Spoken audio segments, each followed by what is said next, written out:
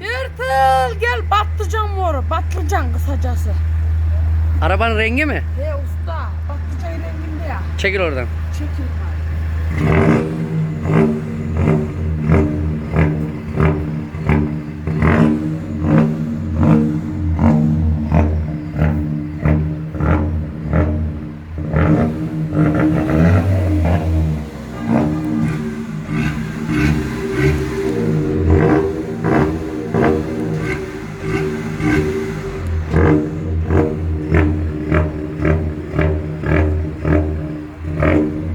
Yürü gidelim.